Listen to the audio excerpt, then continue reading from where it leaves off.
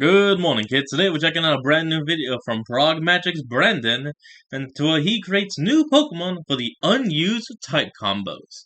Now, of course, this isn't the first time it's been done, not even by him, not even by other people out there. But all in all, it's always good to see what other people can create with just two simple words.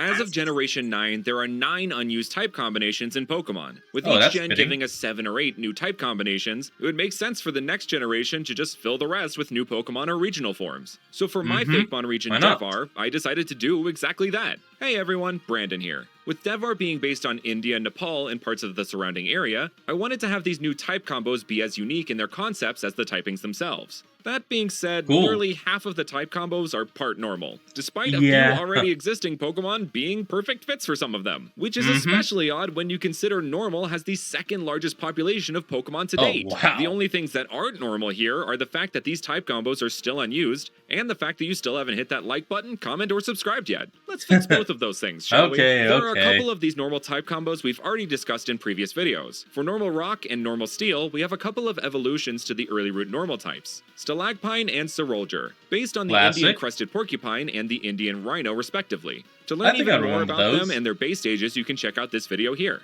Now on to some new things. A kind of unwritten rule I made for myself after my first region, Cornera, was that I was going to make more original Pokemon since Cornera Conera. I remember that.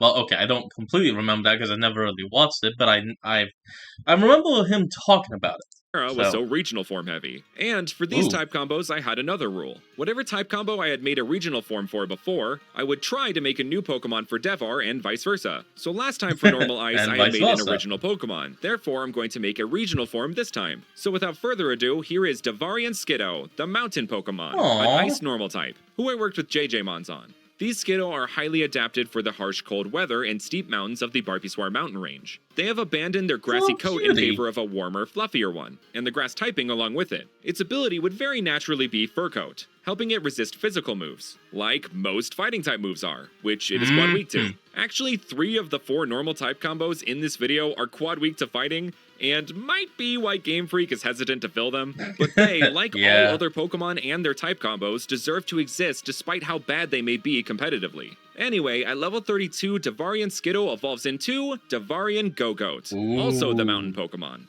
With even more dense fur and an even more adventurous temperament, this Go-Goat proudly roams all over its mountainous home without fear of falling, as it is very adept at climbing on even the steepest mountain faces. Unlike its Colossian counterpart, this Go-Goat is This thing could probably climb an incline that's only 89 degrees.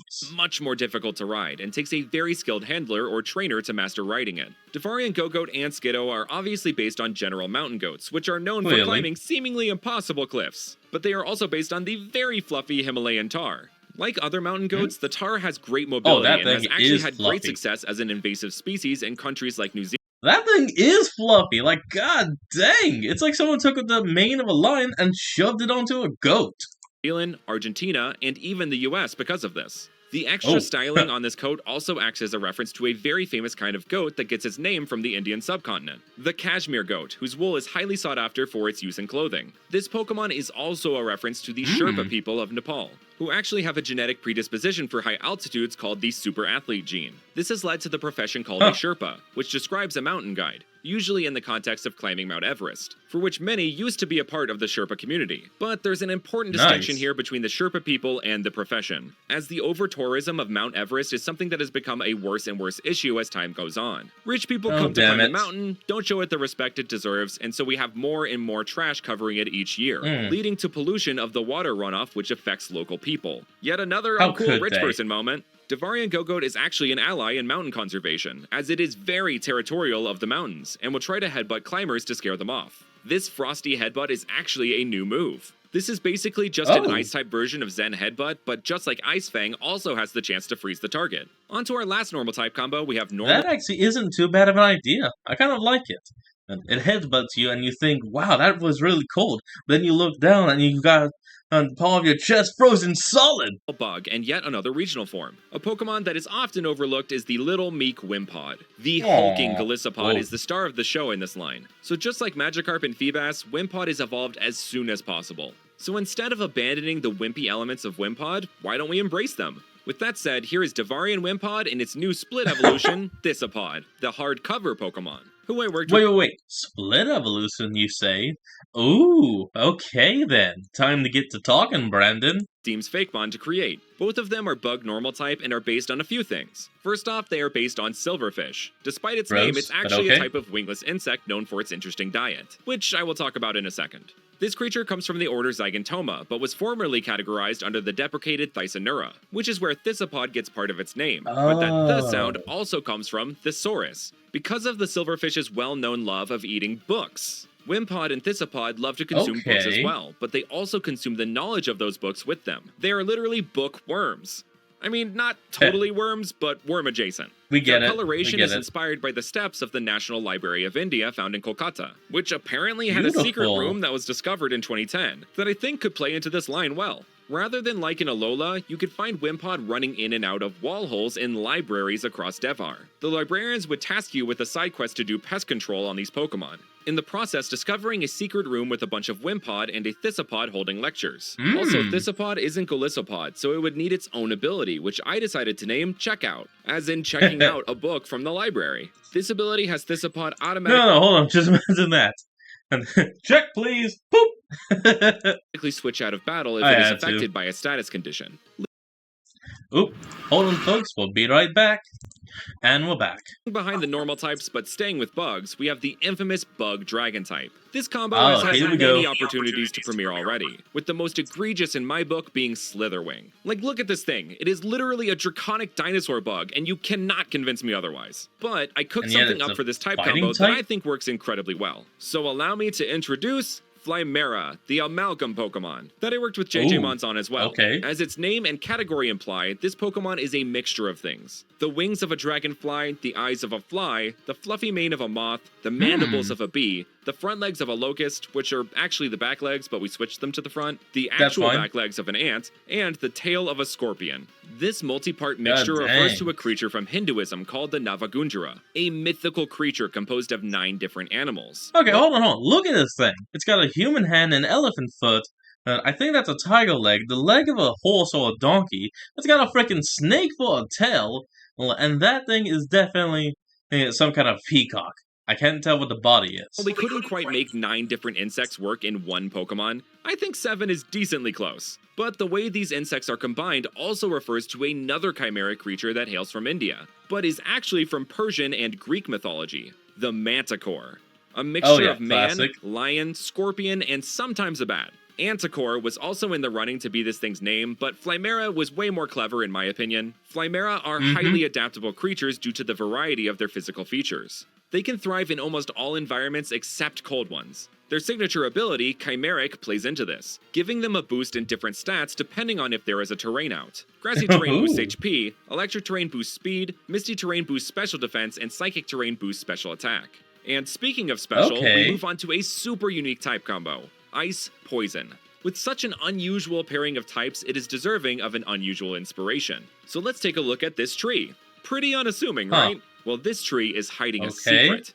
A deep, dark, deadly secret. This little fruit here. This tree is called the Strychnos nux vomica, also known as the strychnine or poison fruit tree. This fruit contains a special kind of toxin called strychnine that if consumed has some very deadly effects such as muscle spasms that lead to a fever. This form of poison was actually a favorite of writer Agatha Christie and was used in the murder of a few characters across her many books. The inside of the strychnine fruit and the powdered version are both white and crystalline, just like snow and ice. On top of that, the strychnine tree blooms in winter. And remember how I said the poison can give you a fever? You know, the thing infamous for making you feel cold? These inspirations all culminate in our ice poison types, Albinux, the chilling Pokemon, and Xenux, the fatal Pokemon. Albinux is a joyous little fruit-like Pokemon, evoking Pokemon like Bounsweet and Cherubi, even though it isn't a grass type. I also used Lumas from Super Mario Galaxy as an inspiration for the body shape. Look at that thing. Xenux, on the other hand, is full-on flower-based, much the same as the Glamora line that look like a flower despite being rock poison type. And it certainly isn't like your other flower waifus. It may look all cute and innocent, but this Pokemon is a fatale. The literary trope of an attractive or seductive person who lures you in with their good looks before stabbing you in the back. Both figuratively and literally. Specifically, the Diana version of this trope, dressed in white to look saintly and innocent. While Agatha Christie didn't really use this trope, that literary inspiration is meant to reference her use of strychnine. Albinux and Xenux are usually found at the base of the Barbizhwar mountain range. Xenux will lure prey with an alluring smell that their petals can give off. When the prey is close enough, Xenux will freeze it solid and then You actually heard him say, when he said petals, you could hear the quotes around it, because it inject it doesn't with have poison. petals. This line also sort of acts as a counterpart to the Padmaya line I previously introduced, with their typings as well as their personalities being complete inverses of each other. Albinux's name comes from albinism, the conditional absence of melanin making every part of the body colorless or white. And Nux, coming from its inspiration, the strychnos Nux vomica. Xenux's name comes from Zen or Zenith and Nux. So if it's a counterpart, why wasn't it in the counterparts video last month? Because I wanted to save it for this one, silly. The same can be said about our next entry, which is also an inverse of types from our last combo, Fire Fairy. One of the best things I find to do when making a fairy type is to look to fairy tales. And there just so happens to be a Sanskrit one that I found to be a great inspiration for a Pokemon. The legend is of a beautiful woman who agreed to marry a king on one condition, that he never show her a single drop of water. Of course, one day he did, and she immediately sank out of sight, just as the sunset sinks into the sea, transforming her into a frog named Beiki. So with that said, allow me to introduce... Wait. I'm sorry. I think I'm lost. How does... Maybe I would have to read that to find out why. A single drop of water turns her into a frog. I am so lost. Tadpole, the Firetail Pokemon, a pure fire type. And Bakroak, the Sunfrog Pokemon, a fire fairy type, who I worked with Fungusmon to bring to life. We have had a grass frog Pokemon and several water frog Pokemon, so with this we finally get a fire frog Pokemon. This line, especially Bakroak, takes inspiration from the Indian bullfrog, which males sport this bright yellow and blue coloration during the mating season. If you had the thought, gee, Bakroak sure looks a lot like Politoed, you would be absolutely correct, and that was intentional. Politoed across its many dex entries is known as the king of Poliwag and Poliwhirl. So, Bakroak is the queen to its king, just like Beiki formerly was a queen. Politoed is known for using Rain Dance, and so Bakroak would of course learn Sunny Day. Speaking of sun, you can see the little suns across Bakroak's design, as well as what looks like sunlight coming from its mouth to fully lean into its category and inspiration. That's gotta be yet another fairy type and the pseudo-legendary of the Devar region. I very much wanted to break from the dragon-type pseudo-pattern, as we have had two very solid examples of what that can look like in the past, and I've done it before with Cornera, so I wanted to continue that trend. The Garo people of India have within their folklore a creature of terrifying size and strength. The Wakmanganchi Aragoni. What the absolute... A primordial demon pig as tall as a mountain with... Okay, hold on. What the heck is this seven-headed beast? Oh my god. It's horrifying. I mean, I like it, but it's terrible to look at. 7 heads lined with tusks as sharp as a scimitar. Well, that sounds quite ferocious. Why a fairy type? Well, this creature wasn't always this way. In fact, the 3 uncles of the hero who eventually slayed this beast brought it home as a pet who stayed in a sty made of stone. 3 brothers and a pig who lives in a house made of stone. Why does that sound so familiar? Oh my god, the 3 little pigs. So here is Walkstock, the piglet Pokemon, a ground fairy type, who I also worked with JJmons to create. This little oinker represents the Wakmanganchi's adorably innocent origins. Like many pseudo-lines and Pokemon in general, who start off as cute and cuddly creatures before transforming into behemoths of mass destruction. It also represents the first little pig who built its house out of straw, with Walkstock's hair and tail looking like said straw. Its name comes from Walk, which means pig in Garo, and stack, as in a haystack. At level 35, Walkstock evolves into Walk, the doublet Pokemon. You know what they say, 2 heads are better than 1. And Pokemon seems to agree. If we can have multiple dragon flying type pseudos, I think we can have multiple multi-headed pseudos too, alright? Yeah, why not? With this second head, we also get the second little pig who made their home out of sticks, shown by the more spiky or stick-y hair. You may have noticed a few other details also multiply with this design. As we've established, Walk means pig in Garo, so its name is literally just Pig, which is so funny to me, but works given it is 2 pigs put together. You can also work in the idea of whack, as in like whacking someone with a stick. Look, I know it's a stretch, just go with it. Whack. Finally, at level 45, Walk evolves into Walkpock, the triplet Pokemon. You know what they say, 3 heads are better than 2. Pokemon also seems to agree with that. Yeah. Could you scooch over him a little bit? Anyway, So many Walkbach is an heads. absolute beast whose stomping tantrum is unmatched. And absolutely this monstrosity is physically bulky. Ooh, wait, hold on. Look at its tusk. The inner ones are actually snapped off, or dulled, or something. And while the outer ones are still perfectly fine. Ooh.